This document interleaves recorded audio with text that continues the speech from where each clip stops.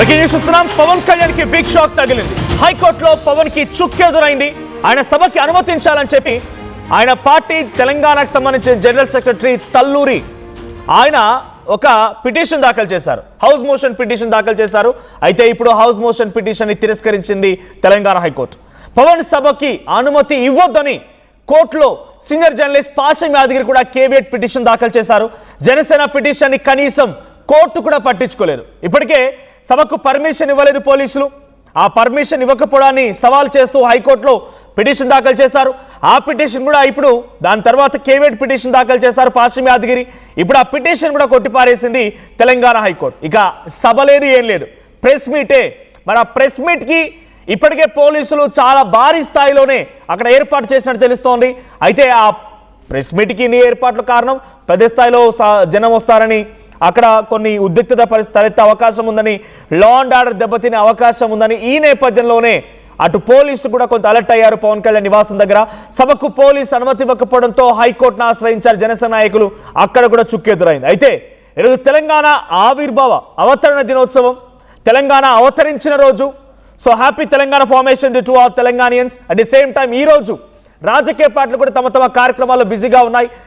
PCC అధ్యక్షుడు మహేష్ కుమార్ గౌడ్ తెలంగాణ అవతరణ దినోత్సవాన్ని పురస్కరించుకున్న తర్వాత పవన్ కళ్యాణ్ ఇష్యూ పైన ఆయన కూడా రియాక్ట్ అయ్యారు. ఆయన ఏం మాట్లాడారో చూద్దాం. ఒక మంచి ఆర్టిస్టు, ఎన్నో సినిమాల్లో హీరోగా నటించినాడు. వారిని హీరోగా ఒక మంచి నటుడుగా గౌరవిస్తాం. రాజకీయాలకు వచ్చినప్పుడు వారు ఇలా ఆంధ్ర ప్రాంతంలో పుట్టినట్టు నాయకుడు, ఆంధ్ర మూలాలు ఉన్నట్టు నాయకుడు, ఆంధ్రప్రదేశ్కి డిప్యూటీ సీఎంగా ఉన్నారు. ఇవాళ ప్రజాస్వామ్యంలో ఎవరైనా పార్టీలు పెట్టుకోవచ్చు, కానీ విశ్వసనీయత అనేది చాలా ముఖ్యం. ఆంధ్ర ప్రాంత నాయకుడు వచ్చి తెలంగాణలో పార్టీ పెడితే తెలంగాణకు న్యాయం జరుగుతుందని ఎలా విశ్వసిస్తారు? ఎవరో వెనక ఎవరో ఉండి వారికి అడ్రస్ లేక ఇక్కడ ఈ అడ్రస్తో, ఈ బినామీ అడ్రస్తో రావాలనుకుంటే ప్రజలు విశ్వసిత పరిస్థితుల్లో లేరు. తెలంగాణలో పుష్కలమైన నాయకత్వం ఉంది.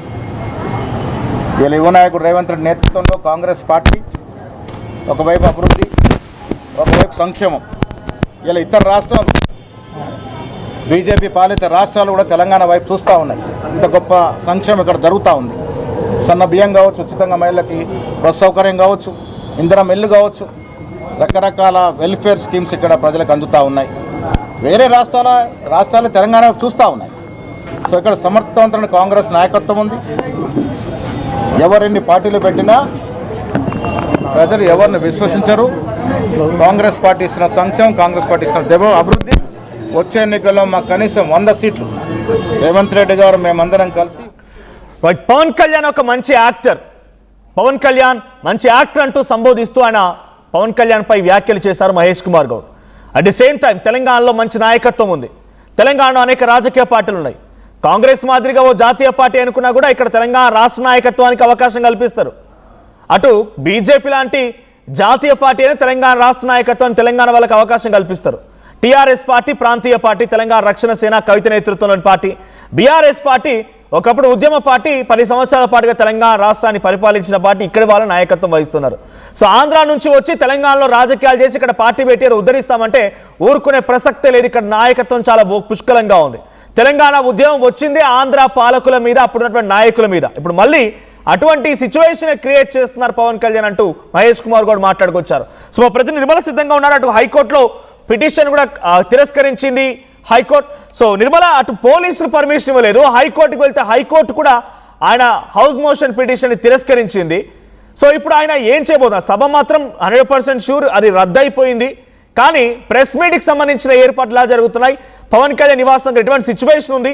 ఇప్పుడు అటు హైకోర్టులో పిటిషన్ కొట్టివేయడం పైన జనసేన నాయకుల రియాక్షన్ ఏంటి? ఎస్ మనోజ్, ప్రస్తుతం అయితే ఇప్పుడు హౌస్ మోషన్ పిటిషన్ని కోర్టు కూడా నిరాకరించడం కూడా జరిగింది. ఇప్పటి వరకు ఎంతో కొంత ఆశలు మాత్రం ఉండేది ఈ తెలంగాణ జనసేన నాయకులకి అని కూడా చెప్పుకోవచ్చు. ఎందుకంటే ఇక్కడ సరూర్ నగర్లో మహాసభను ఏర్పాటు చేసే విషయంలో కూడా నూతన కార్యక్రమాల అభివృద్ధి కోసమై మేము ఏర్పాటు చేయాలి అనుకున్నాం. అది మహాసభ కాదు, కేవలము జనసేన కార్యకర్తల సభ మాత్రమే అది అని చెప్పేసి కూడా వాళ్ళు పిటిషన్ కూడా దాఖలు చేయడం జరిగింది. ఆ పిటిషన్ని ఇప్పుడు హైకోర్టు కూడా నిరాకరించడం కూడా జరిగింది. ఇప్పుడు ప్రస్తుతము హైకోర్టు దగ్గర అయితే హై టెన్షనే ఉంది. అక్కడ లాయర్ శిరీష కూడా మాట్లాడడం జరిగింది. ఖచ్చితంగా మాకు అనుకూలంగానే హైకోర్టు తీర్పునిస్తుంది, సభను నిర్వహిస్తాము 100% అని వాళ్ళు ఎంతగానో హోపు పెట్టుకున్నప్పటికీ ఇప్పుడైతే వాళ్ళకు నిరాశ మిగిలింది అని చెప్పుకోవచ్చు. హైకోర్టు ఇచ్చిన ఈ తీర్పుతో నిరాకరణతో తెలంగాణ జన సైనికులకు మాత్రము ఒక నిరాశ మిగలడమే కాకుండా ఈ మహాసభను కూడా ఏర్పాటు చేసుకోలేరేమో అనే అంచనాలు కూడా కనిపిస్తూ ఉన్నాయి.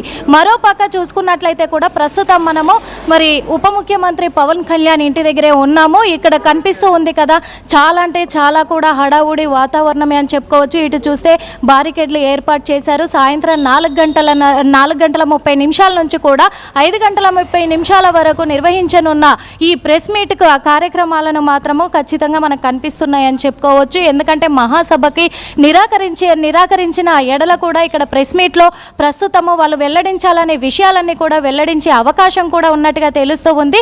ఇక్కడే ఉన్నాం కాబట్టి ఇప్పుడు పవన్ కళ్యాణ్ కూడా ఒక మాట అనడం కూడా జరిగింది. కనీసం తెలంగాణ పోలీసులు ప్రెస్ మీట్కైనా అనుమతిని ఇస్తారా లేదా అనే ఒక ప్రశ్నను కూడా సంధించడం జరిగింది. కానీ ప్రెస్ మీట్కి ఎటువంటి అంతరాయం కలగకుండానైతే ఇక్కడ ప్రెస్ మీట్ నిర్వహించుకునే అవకాశాలు కనిపిస్తూ ఉన్నాయి. రెగ్యులర్ గా ఆయన వస్తూ ఉంటారు. మొన్న ఈ మధ్య సర్జరీ అనే టైంలో కూడా ఇక్కడే స్పెండ్ చేశారు. ఆయన హైదరాబాద్ లో ఉన్నారు. ఆయన వచ్చేది పోయేది మొత్తం కూడా హైదరాబాద్ నుంచే.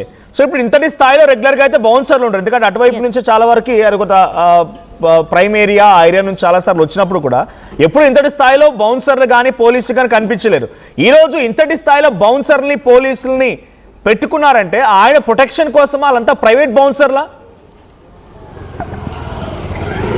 ఎస్ మనోజ్, ఇక్కడ ప్రైవేట్ బౌన్సర్లని ఏర్పాటు చేసుకోవడం కూడా జరిగింది. అలాగే పోలీస్ ప్రొటెక్షన్ కూడా ఇక్కడ కలిగిస్తున్న సిచ్యువేషన్లు కూడా కనిపిస్తున్నాయి. ఎందుకు అని అంటే కూడా ఇప్పుడు తెలంగాణలో పవన్ కళ్యాణ్ని మేము అడుగు పెట్టనీయము అని చెప్పేసి కొంతమంది తెలంగాణ వాదులు చెప్తున్నప్పటికీ, వాళ్ళు శపథం చేస్తున్నప్పటికీ కూడా ఇక్కడ ప్రెస్ మీట్ నిర్వహించే ప్రక్రియలో భాగంగా వాళ్ళు ఏమైనా అవాంఛనీయమైన పరిస్థితులు ఏమైనా ఏర్పరచగలుగుతారేమో, ఇక్కడ ఏమన్నా గొడవలు క్రియేట్ చేసే అవకాశాలు ఉండొచ్చు అనే నేపథ్యంలోనే ఇక్కడ సెక్యూరిటీ అంతా కూడా మొత్తం బౌన్సర్లను కూడా ఏర్పాటు చేయడం కూడా జరిగింది. అలాగే ఇంకా కొద్ది సమయం ఉంది కాబట్టి ఇక్కడ పోలీస్ ప్రొటెక్షన్ కూడా కల్పించే అవకాశాలు కూడా కనిపిస్తున్నట్టుగా ఉంది. ఏది ఏమైనా కానీ ఇక్కడ తెలంగాణ వాళ్ళు మాత్రం ఒకటే మాట అంటున్నారు, లేదు ఇక్కడ మేము ఎటువంటి నేపథ్యంలో కూడా ఇక్కడ జనసేన నాయకత్వాన్ని మాత్రము మేము అంగీకరించము. ఇక్కడ తెలంగాణలో జరుగుతున్నటువంటి నాయకత్వం మాకు సరిపడగా కూడా ఉంది. కానీ తెలంగాణలో జనసేన నాయకులు కార్యకర్తలు వీళ్ళందరూ మేము ప్రక్రియలు జరిపిస్తాం ఇక్కడ అని చెప్పేసి వాళ్ళు ముందడిగేయడం మాకు నచ్చలేదు అని చెప్పేసి ఒక పక్క మరి తెలంగాణ వాదులు కూడా చెప్తూ ఉన్న ప్రక్రియలు చూస్తూ ఉన్నాం. ప్రస్తుతం అయితే ఇక్కడే పవన్ కళ్యాణ్ ఇంటి దగ్గర కూడా హడావుడి వాతావరణం అంతా, భారీ బందోబస్తు, సెక్యూరిటీ బలగాలు, అలాగే ఇక్కడ చూస్తూ ఉన్నాము బౌన్సర్లు వీళ్ళంతా కూడా దాదాపు ఒక 50 మందితో కూడుకున్నటువంటి సిబ్బంది మనకు కనిపిస్తూ ఉంది. అదేవిధంగా కూడా ప్రెస్ మీట్ నిర్వహించే ఆ టైంకి మాత్రము ఎవరైనా ఇక్కడికి చేరుకొని అల్లర్లు సృష్టిస్తారేమో అనే నేపథ్యంలో కూడా సిచ్యువేషన్లు అయితే కనిపిస్తూ ఉన్నాయి. అదేవిధంగా కూడా ఈ హైదరాబాద్లో అక్కడ తెలంగాణలోనే అడుగు పెట్టనీయము అని శపథం చేస్తూ ఉన్న నాయకులంతా, ప్రజలంతా కూడా ఎవరైతే తెలంగాణ వాదులు ఉన్నారో వాళ్ళు ఏమైనా ఇక్కడ ప్రెస్ మీట్ నిర్వహించకుండా చేస్తారా అనే నేపథ్యంలో కూడా తెలుస్తుంది. ఎందుకంటే ఇంతకు ముందే చూసాం గన్ పార్క్ వద్ద ఇటు కాంగ్రెస్ కార్యకర్తలకి అటు జనసేన కార్యకర్తలకి కూడా కొంచెం అక్కడ గొడవ కూడా జరిగిన సిచ్యువేషన్లు చూసాము, తోపులాట ఇదంతా కూడా చూసాం. కాబట్టి ఇక్కడ ప్రెస్ మీట్ అంటే మహాసభని పెట్టుకోవద్దు అన్నప్పటికీ కూడా ప్రెస్ మీట్ నిర్వహిస్తున్నాడు పవన్ కళ్యాణ్ అని అంటే అది ఎక్కడి న్యాయం అనే విధంగా కూడా తెలంగాణ వాదులంతా కూడా వాళ్ళు మాట్లాడుతున్న సిచ్యువేషన్లు కనిపిస్తూ ఉన్నాయి. కాబట్టి ఇటు హైకోర్టు ఇచ్చిన తీర్పు ప్రకారంగా కూడా నిరాకరించడం అనేది కూడా ఓ పక్క ఇటు తెలంగాణ వాదులకు ప్లస్సే అనుకునే విధంగా కూడా ఉన్నాయి. అందుకు ఇక్కడ సిచ్యువేషన్ కూడా ప్రెస్ మీట్ ని నిర్వహించే విధంగా మరి అవకాశాలు ఉన్నప్పటికీ ప్రైవేట్ బౌన్సర్ చూపించండి, ఆ ప్రైవేట్ బౌన్సర్ల విజువల్ చూపించండి. బికాస్ తరచుగా ఆయన ఇక్కడే ఉంటారు, ఇక్కడికి వస్తూ ఉంటారు, వెళ్తుంటారు, ఇవన్నీ జరుగుతున్నాయి. కానీ ఈ రోజు ఇంతటి స్థాయిలో ప్రైవేట్ బౌన్సర్లని మోహరించడానికి కారణం ఏంటి? అంటే ఆయనకి ఏదో ఇన్ఫర్మేషన్ ఉందా అటాక్ జరిగిద్దానికి? ఎందుకంటే రెగ్యులర్గా వస్తుంది, ప్రెస్ మీట్కి ఇంత ప్రొటెక్షన్ అవసరం లేదు, రెగ్యులర్గా వస్తూనే ఉన్నారు. పోలీస్ ప్రొటెక్షన్ ఆయనకి ఒక డిప్యూటీ సీఎంగా రాష్ట్రం దాటి వస్తున్నారు కాబట్టి తెలంగాణ పోలీస్ ఆయనకి సెక్యూరిటీ ఇచ్చేది కూడా. సో ఇప్పుడు ఇంతటి స్థాయిలో ఆయన ప్రైవేట్ బౌన్సర్లు పెట్టుకున్నారంటే ఏంటి సిచ్యువేషన్? ఎవరైనా జనసేన నాయకులు బయట కనిపిస్తున్నారో వారిని సైతం అడగండి. సో ఎందుకు ఇంతటి స్థాయిలో ప్రైవేట్ బౌన్సర్లు మోహరించడానికి కారణం ఏంటి? ఆయన జనసేన నాయకులు అక్కడికి వచ్చే అవకాశం ఉందా, లేదా అజిటేషన్ జరుగుతుందని భావిస్తున్నారా, అటాక్ జరిగిందని భావిస్తున్నారా?